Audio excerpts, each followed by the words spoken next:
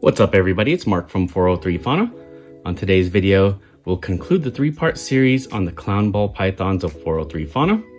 So I hope you kick back and listen in and enjoy this week's video.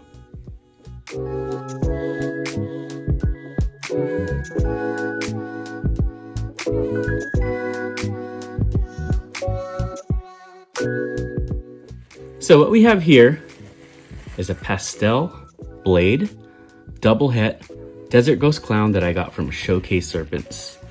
Now, interesting story about this girl. So last year she hit 1,200 grams and she hit the wall. Now, if you don't know what the wall is, it's when they stop eating at approximately 1,000 grams. Now, I decided to put a male with her to see if that would spur her to start eating. So I put Gacy, the pastel leopard clown, het desert ghost, and they locked. And I was really excited, and I thought that would spur her to continue eating, and then she'd get up to like 1,600 grams by the time she laid, but unfortunately that didn't work. So she's been at the wall since October. Now I'm not worried about that. Of course, I'm not going to continue breeding her, but we can see her body condition is still really good. In fact, one of the clowns that we'll look at later, she went through the same thing last year and she's breeding now, and I'm expecting a clutch from her. So no shot at DG clowns this year, but I guess next year will be the time for that. So once again, we have a pastel blade double het desert ghost clown female, and she came from Showcase Serpents. So we can see Blade really cleans up the pattern. No alien eyes in the alien head, and we got some banding across the back. And yeah, she's a beautiful girl. Will be ready for me next year, I guess. Now let's take a look at the next one. Now here's the girl that I mentioned earlier. Now this girl was sold to me as a mystic clown, but honestly I was never 100% certain on whether it had mystic with it or was just a regular clown. I guess we'll find out with the breeding this year. But this girl, she went on a like 7-month-long fast last year, and she just started eating like crazy, and I decided to pair her up this year. I paired her with pastel banana genetic stripe VPI Axanthic, and they blocked several times. So I'm hopeful that I'll start a triple recessive project this year with the two. So this was a local sale. And what do you guys think? Is this a mystic clown or just a regular clown?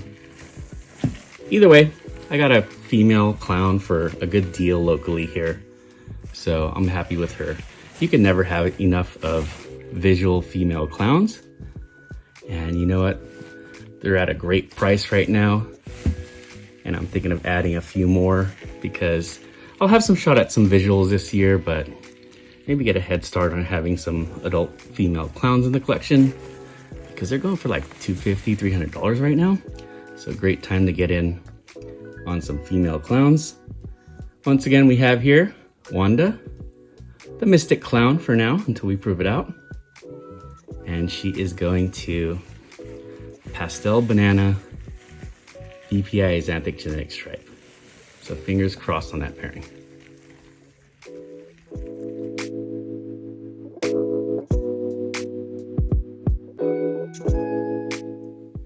Here we have a pinstripe clown. This girl is already at over 1,000 grams. Now I have no plans to pair her up this year. So hopefully by next year she'll be well at like the 2,000 gram range. And you know, pinstripe clowns, I believe they're underrated. Look at how beautiful this snake is. Where's the head? There we go. So beautiful snake. She's got this really cool pattern to her.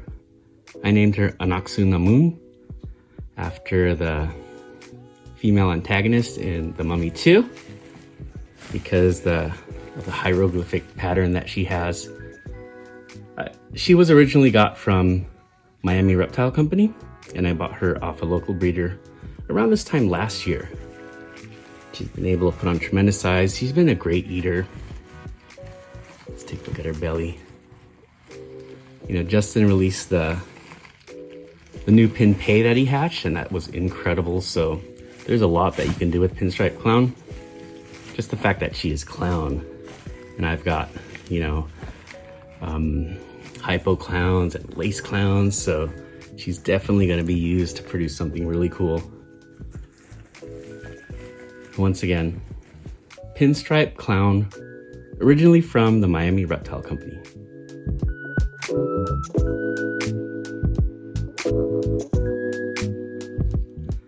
Now here goes the final visual clown I have here at 403 Fauna. This right here is an Enchi clown female. She is an absolute monster. I got her from, let me get back to you on that. But she is incredible. She's already produced for me last year.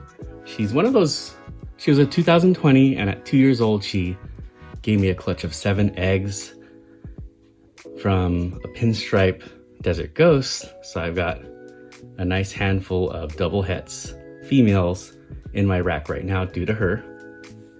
And this year she is going to the Mojave Het Monsoon.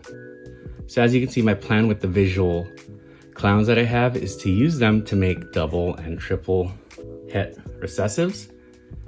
And I'll use my het clowns that I've been saving up to produce the visual clowns in the future.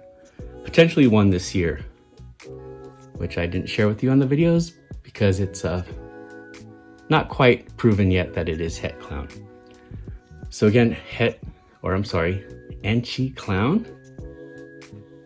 Oh, she was from Outback Reptiles, by the way.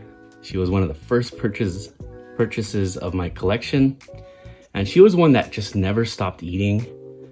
And within 1 year, I started breeding her and she gave me a clutch. She was almost at 2,000 grams before she finally laid, and she's probably close to 3,000 grams at this point now. And the only time she ever stopped eating for me was prior to ovulation and then laying eggs. And then after that, very next day, she went right back on rats and has continued to do that. She has had 2 locks so far with the Mojave Het Monsoon. So I'm really excited for that project. I'm curious to see how those babies come out and see how the monsoon influences the pattern of the Het Monsoon. Of course, they'll all be 50% possible hets, but you know, with the monsoon, we could potentially tell which ones are Het Monsoon. So, monster female, Enchi clown from Outback Reptiles. I hope you enjoyed my 3-part series here on the clowns and het clowns of 403 Fauna. They are one of my favorite morphs. As you can see, I have a lot of it, and I'm excited for the future here at 403 Fauna. So I hope you enjoyed the video. Have a great week, everybody. Take care and be safe.